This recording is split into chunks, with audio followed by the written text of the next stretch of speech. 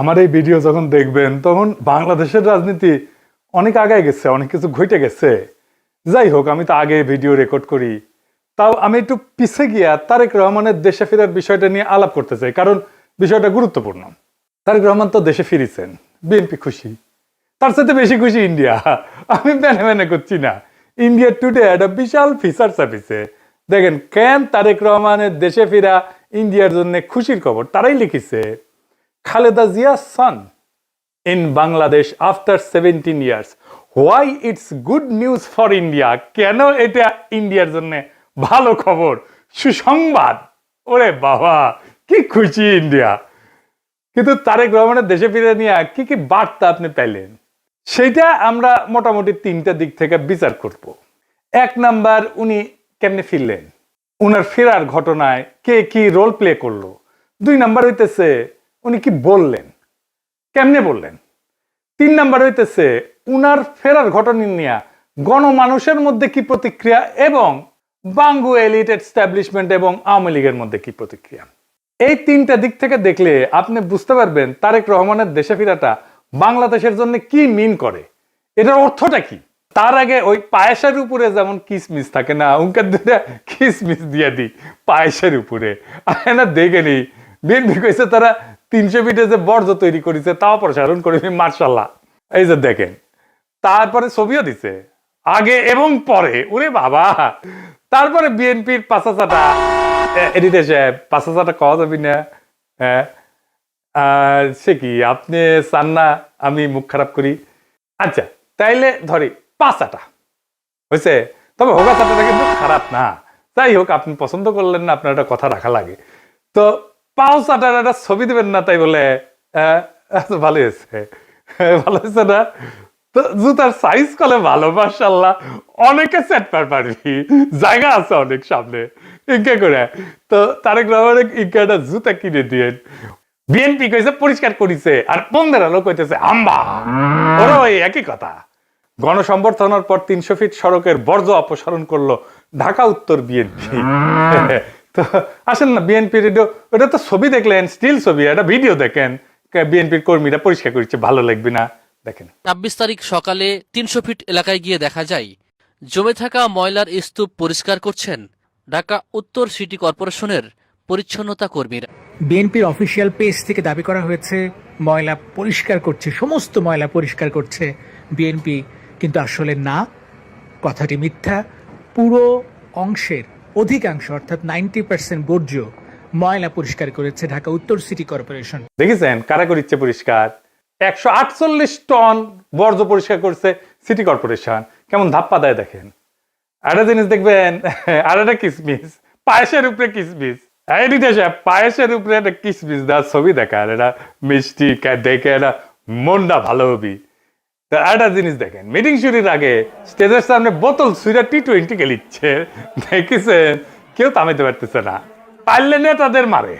বড় দল হয়ে করবে কি ওরা? নিজের দলে তো কোনো শৃঙ্খলা নাই, রাষ্ট্র চালাইবে, মিটিং সামলাইতে পারে না, তা আবার নিজের দলের মিটিং, তার নিজের দলের কর্মী তাদের। তো যাই হোক, আলোচনায় আসি। প্রথম পয়েন্ট, তারেক রহমান ফেরার ঘটনায় কে কি রোল প্লে করলো। তারেক রহমানের মূল সিকিউরিটি দিল কে, বলেন তো? কে দিল? এটাই হইতেছে কে কি রোল প্লে করলো। এটা একটা বিশাল বার্তা আছে বলে। সেনাবাহিনী, কোন স্পেশাল ফোর্স না, র্যাব না, পুলিশ না, এসএসএফ না, পুরা দস্তর সেনাবাহিনী। এই জায়গাটা খেয়াল করবেন।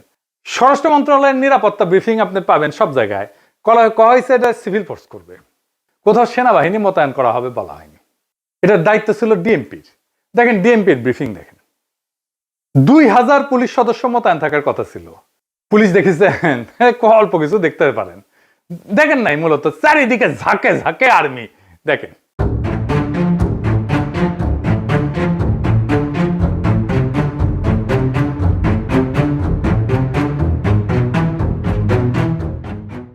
বাংলাদেশে কেউ কখনো এরকম নজিরবিহীন নিরাপত্তা পায় নাই, বাংলাদেশের ইতিহাসে পায় নাই, কোন রাষ্ট্রপ্রধান পায় নাই। যাই হোক, এই যে আর্মি নিরাপত্তা, এটা প্রফেসর ইউনূসের সরকার সিভিল প্রশাসনকে উপেক্ষা কইরা ওয়াকার দিছে। এটা ওয়াকারের শক্তি প্রদর্শন, ও বুঝাই দেয় সবাইকে যে আর্মি তারেক রহমানের সাথে আছে, বুঝেছ? এটা হইতেছে message, hidden message. Tarique Rahman বাংলাদেশের নেক্সট প্রাইম মিনিস্টার হওয়া কন্টেন্ডার, সন্দেহ নাই, হইতে পারবে কিনা সেটা সন্দেহ আছে। তো ওই তো একাই কন্টেন্ডার না, তাই না? ওনার দলের কাছাকাছি সাংগঠনিক শক্তি নিয়ে প্রতিদ্বন্দ্বী রাজনৈতিক জোট দাঁড়াইতেছে, এমন একটা ভাব তৈরি করা হইতেছে তারেক রহমান না থাকলে বাংলাদেশ উচ্ছন্নে যাবে, উনিই পারবেন বাংলাদেশকে পথে আনতে। যাই হোক, আমরা পরের ইস্যুতে যাই। উনি কি বললেন, কেমনে বললেন, আমরা এই ইস্যুতে ফিরে আসব। কেন এরকম ধারণা তৈরি করা হয়েছে উনি নেক্সট প্রাইম মিনিস্টার এবং উনি দেশটাকে ঠিক করতে পারবেন? উনি বক্তৃতায় নিরাপদ জীবন, নিরাপত্তা, এই জীবন জিনিসটা বারবার উল্লেখ করছেন, 5 বার। একটি নিরাপদ বাংলাদেশ আমরা গড়ে তুলতে চাই। নিরাপদে ঘর থেকে বের হলে নিরাপদে ইনশাআল্লাহ ঘরে আবার ফিরে আসতে পারে। যে কোনো মূল্যে আমাদেরকে নিশ্চিত করতে হবে যাতে মানুষ নিরাপদ থাকতে পারে। শিশু হোক, নারী হোক, পুরুষ হোক, যে কোনো বয়স, যে কোনো শ্রেণী, যে কোনো পেশা, যে কোনো ধর্মের মানুষ যেন নিরাপদ থাকে, এই হোক আমাদের চাওয়া। আজকে বিগত 15 বছর স্বৈরাচারের বিরুদ্ধে শত শত হাজারো গুম খুনের শিকার হয়েছে শুধু রাজনৈতিক দলের সদস্য নয়, নিরীহ মানুষের প্রতিবাদ করতে গিয়ে অত্যাচার নির্যাতনের শিকার হয়েছে, জীবন দিয়েছে। আবারও সকলকে যে কোনো মূল্যে দেশে শান্তি শৃঙ্খলা রক্ষার আহ্বান জানিয়ে যে কোনো বিশৃঙ্খলাকে পরিহার করে ধৈর্যের সাথে মোকাবেলা করার আহ্বান জানিয়ে আমার বক্তব্য শেষ করছি। এটা কোনো দুর্ঘটনাবশত কাকতালীয় ঘটনা না, এই বারবার ফিরে আসা, এইটা সেন্ট্রাল থিমেটিক অ্যাঙ্কর তার বক্তৃতার। পুরা বক্তৃতায় ছড়ায় থাকা কোর মেসেজ।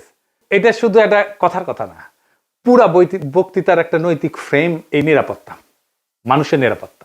ভাষণের প্রধান নরমাটিভ ক্লেম মানুষ যেন নিরাপদ থাকে। নরমাটিভ ক্লেম কারে কয় জানেন তো? জানেন অবশ্যই, তাও কই আর কি। নরমাটিভ ক্লেম বলতে বোঝায় এমন একটা বক্তব্য যে যা কি হওয়া উচিত, কি করা উচিত, বা কোনটা নৈতিকভাবে সঠিক বা ভুল, এই প্রশ্নগুলোর উত্তর দেয়। এটা কোনো বাস্তব বর্ণনা না, এটা মূল্যবোধ, নৈতিকতা এবং আদর্শ নিয়ে কথা বলে।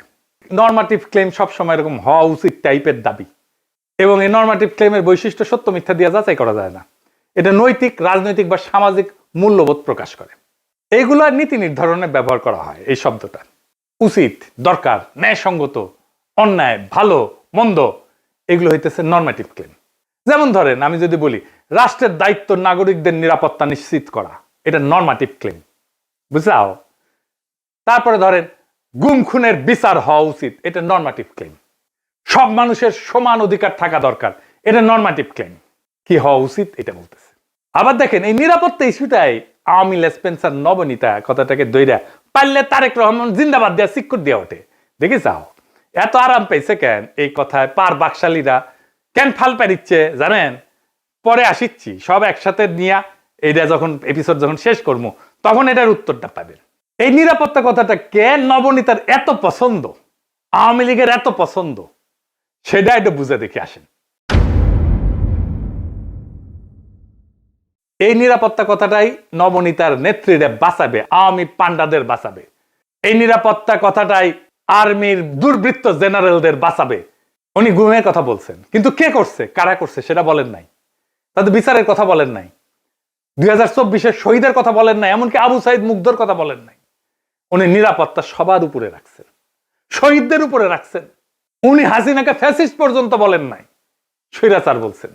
বিগত 15 বছর স্বৈরাচারের বিরুদ্ধে শত শত হাজারো গুম খুনের শিকার হয়েছে শুধু রাজনৈতিক দলের সদস্য নয়, নিরীহ মানুষের প্রতিবাদ করতে গিয়ে অত্যাচার নির্যাতনের শিকার হয়েছে, জীবন দিয়েছে।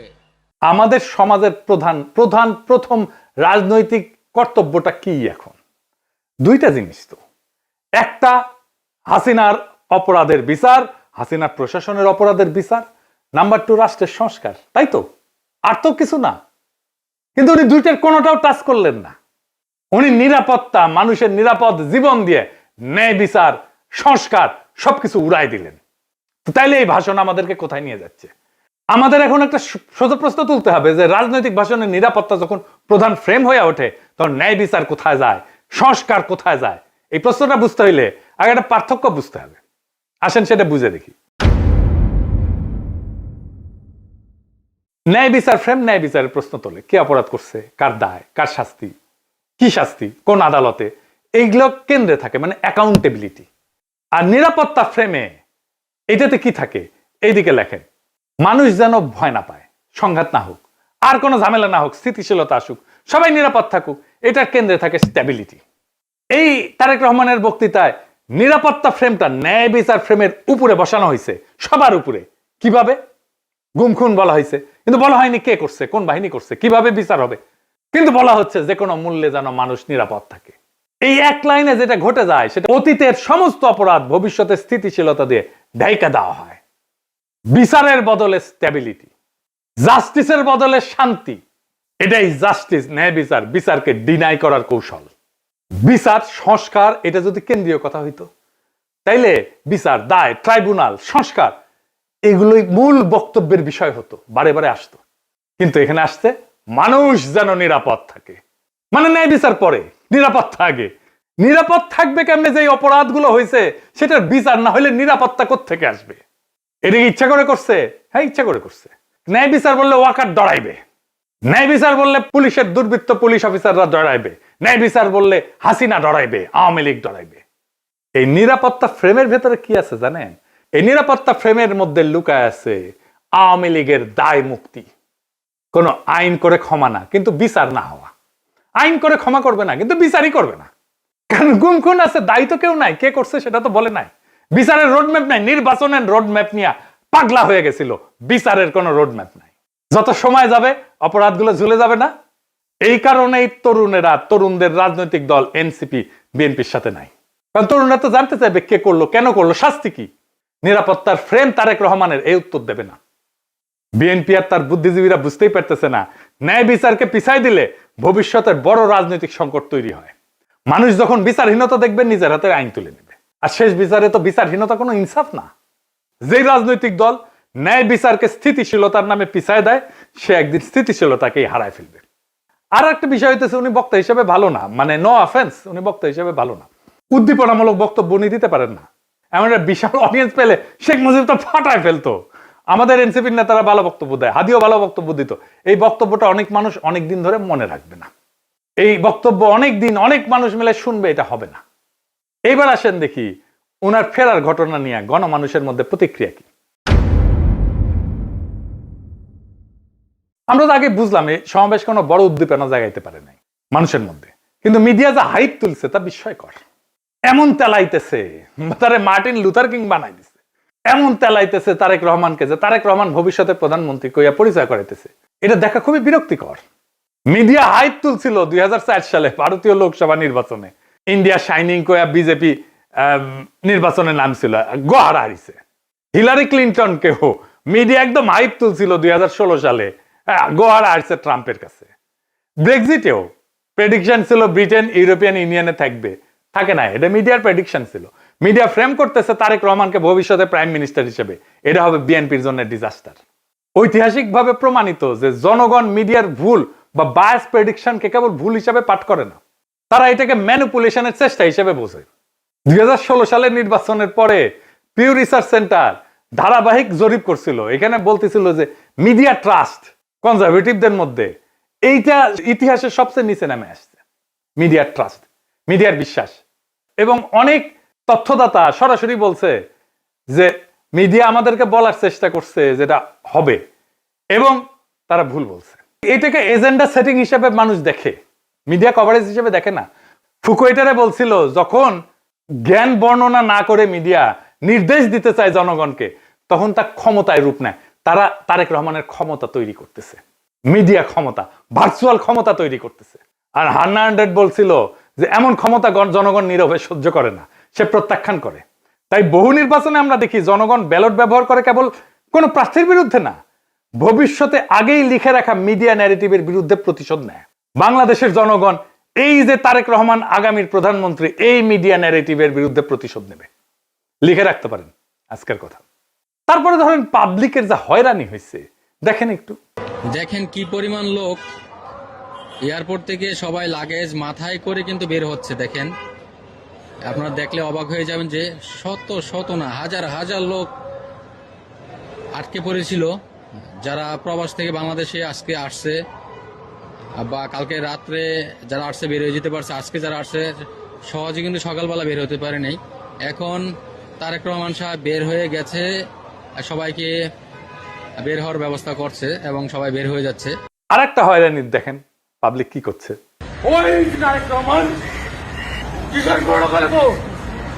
আপনি এগের যাত্রী কয়টা বাজছেন এখানে? আপনার অনুভূতি কি? মানে এই যে 2টা বাজে আসছেন, এখন 6টা বাজে। খারাপ লাগছে, মনে হচ্ছে লোকটারে পায়ে জুতা দিতে পারতাম। খুবই কান্না পাচ্ছে, খুবই কি বলবো, ভাষায় প্রকাশ করতে পারতেছি না। একদিকে তো অসুস্থ লোক আসছিলকে দেশের বাড়ি চিকিৎসা করার জন্য, তারপরে এই পরিস্থিতি, দুঃখ লাগতেছে যে আমরা আইছি বাইরে থেকে, আজকে শখ করে একটা গাড়ি নিয়ে আসছে আর এই গাড়ি আমার এয়ারপোর্টের মধ্যে ঢুকতে দিল না। আমি এইভাবে ঠেলিয়ে ঠেলে নিতেছি, এতে তো আমার কাছে ওইটাই মনে হয় যে আমরা মনে হয় যে অপরাধী করছি। তারেক রহমানকে যে বাংলাদেশের ত্রাতা হিসেবে দেখানো হইতেছে, বাঙ্গু সুশীলদের শিরোমণি মতিউর রহমান কইছে যে দেশে রাজনৈতিক শূন্যতা চলতেছে, তারেক রহমান আরো আগে আসলে ভালো হইতো, মানে এই শূন্যতা কাটতো। শুনেন, আমি ব্যক্তিগতভাবে এটা মনে করি যে দেশে একটা রাজনৈতিক শূন্যতা রয়েছে, চলছে, এটা একটা বিপজ্জনক।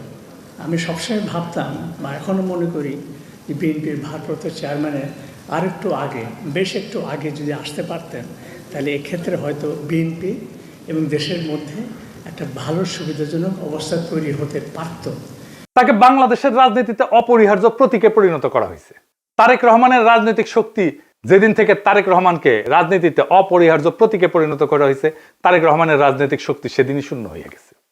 তারেক রহমানকে ছাড়া বিপ্লব হইল না একটা, ওনাকে ছাড়া তো, ওনাকে ছাড়া দেশ বাঁচবে না, রাষ্ট্র বাঁচবে না, এটা একটা কথা। জনগণের কোনো এজেন্সি নাই, যে নেতাকে অপরিহার্য বানানো হয় সে আর কোনো রাজনৈতিক অ্যাক্টর থাকে না, সে পরিণত হয় একটা স্থির মূর্তিতে যাকে সবাই রক্ষা করে কিন্তু কেউ চালাইতে চায় না।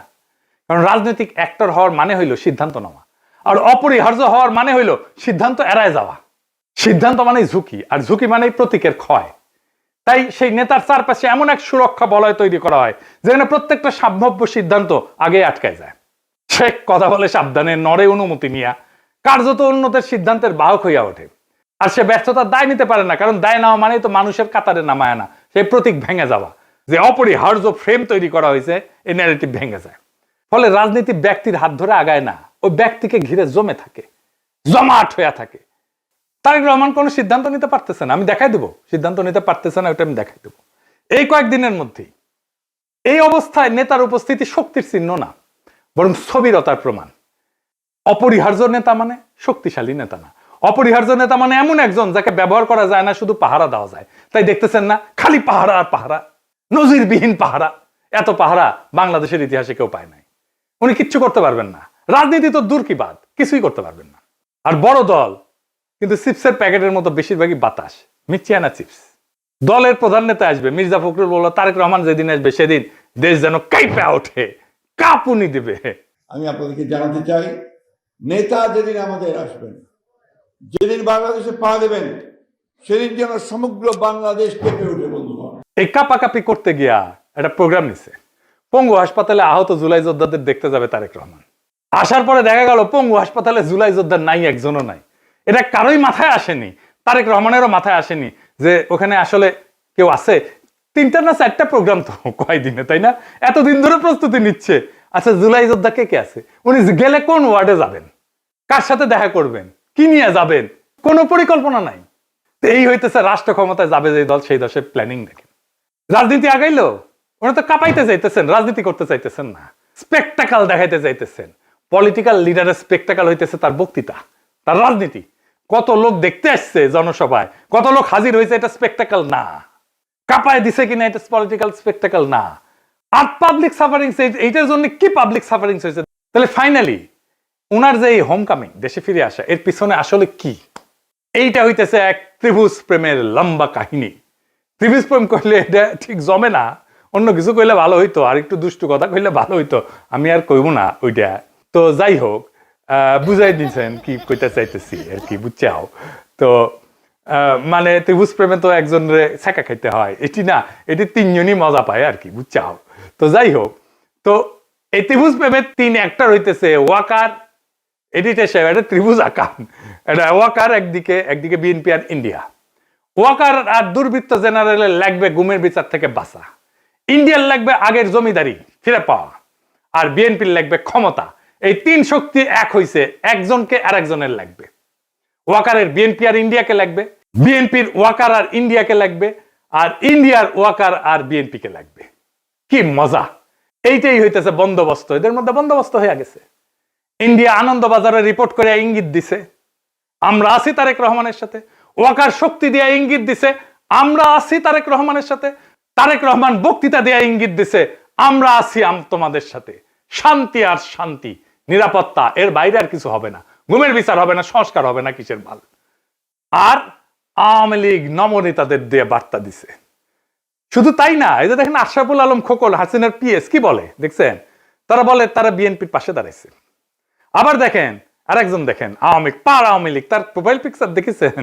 হ্যাঁ, সঞ্জিদা খাতুনের ছবি দিছে, তা সেরা ছবিটা দিছে, দুঃখ ভাব একটু, বুঝছাও তো। ওই কয় যে গরু দুধ দেয় তার নাকি লাথি খাওয়া যায়, মানে বিএনপি দুধ দিচ্ছে এখন। বিএনপির আবার দুধও আছে। না আছে তো, না আছে আছে, সত্যি আছে, আমি মিছা কথা কইতেছি না, আমি দুষ্টামি করিছি না। বিএনপির দুধু আছে, আসলেই আছে। এই যে দেখেন বিএনপির দুধু, দেখি বিএনপির দুধু আছে, তো বিএনপির দুধু দিয়ে দিছে আওয়ামী লীগকে। যাই হোক, আপনি কিছুদিন পরে দেখবেন পার নাস্তিক গুলা দাঁড়াইতেছে বিএনপির পাশে এবং তারা বলতেছে আমরা বিএনপিকে ভোট দিব। আমি দেখাই দিব, বলতেছে তারা পার নাস্তিক, যাদেরকে ঘৃণা করেন আপনারা। বিএনপিকে ক্ষমতা আনার জন্য এই সবগুলো শক্তি এক হয়েছে। কেন্দ্র দখল করবে, প্রশাসনকে কাজে লাগায়, পুলিশকে কাজে লাগায়, গুন্ডা আর হুন্ডা দিয়ে নির্বাচন হবে, আর্মি বসে থাকবে, অথবা আর্মিও পিটাবে পাবলিককে, ব্যালট বাক্স লুট হবে। আওয়ামী লীগের পুরো সংগঠন বিএনপির জন্য কাজ করবে, টাকা আসবে, খালি টাকা আর টাকা, লুট করা টাকা ফেরত আসবে কিছু। নির্বাচন প্রচারণার জন্য এই 4 বান্ডেল দিলাম ব্যানার পিস্টন করার জন্য, আর এটি লাগাইবা শুধু মোটরসাইকেল বহরের জন্য। মোটরসাইকেল নিয়ে আসবা 7টা, ঠিক আছে, দেখে নিয়ে আসবা। আর এটি রাখো শুধু নির্বাচনের দিন চা সিগারেট খাওয়াইবা মানুষকে। আর এই 7-8 বান্ডেল যেটি আছে, সকালবেলা সীসা খাইবা, হ্যাঁ সীসা খাইবা বৈশা। আমি পাস করবো না, সমস্যা নেই। সেই টাকা বিএনপি নির্বাচনের জন্য কাজে লাগবে। এই জন্য খোদা বক্সকে সরাই দিছে প্রফেসর ইউনূসের সরকার। প্রশাসন, পুলিশ, জেনারেলরা মাথায় রাখেন, এই নির্বাচন আমাদের আজাদির নির্বাচন। সংসদের কাজ রাষ্ট্রে ইনসাফ কায়েম করা। আমার আগের ভিডিওটা দেখে নিয়েন, বিস্তারিত আলাপ করছি কিভাবে সংসদ আইন তৈরির মাধ্যমে সমাজের মাঝে থাকা ইনসাফের ধারণা রাষ্ট্রের আইনের মধ্যে ঢুকে দেয়। রাষ্ট্রকে ইনসাফমুখী করে তোলে সংসদ। এই ইনসাফের রাষ্ট্রই আমাদের আজাদির দিকে নিয়ে যায়। আমাদের প্রত্যেকটা ভোটকে আমাদের মাঠে রক্ষা করতে হবে। প্রশাসন যদি গণরায়কে ছিনায় নিতে চায়, তাহলে ভোট ডাকাতদের এইবার বিতাড়িত করব বাংলাদেশ থেকে। আর এইবার প্রশাসনের, পুলিশের কাউরে যদি পক্ষপাত করতে দেখা যায়, কোনো মাপ কিন্তু নাই। আগামী সরকার বিএনপির হবে না, প্রফেসর ইউনূসের সরকারের মতো ধ্বজভঙ্গ সরকারও হবে না। তাই খুব খেয়াল, ভোট রক্ষার লড়াইয়ের জন্য তৈরি হন। এইবার ভোট দিলেই হবে না, কেন্দ্র পাহারা দিতে হবে, প্রত্যেকটা ভোটকে আমাদের রক্ষা করতে হবে। আর এক নতুন ভোট আনার লড়াইয়ের জন্য তৈরি হন। ইনকিলাব জিন্দাবাদ।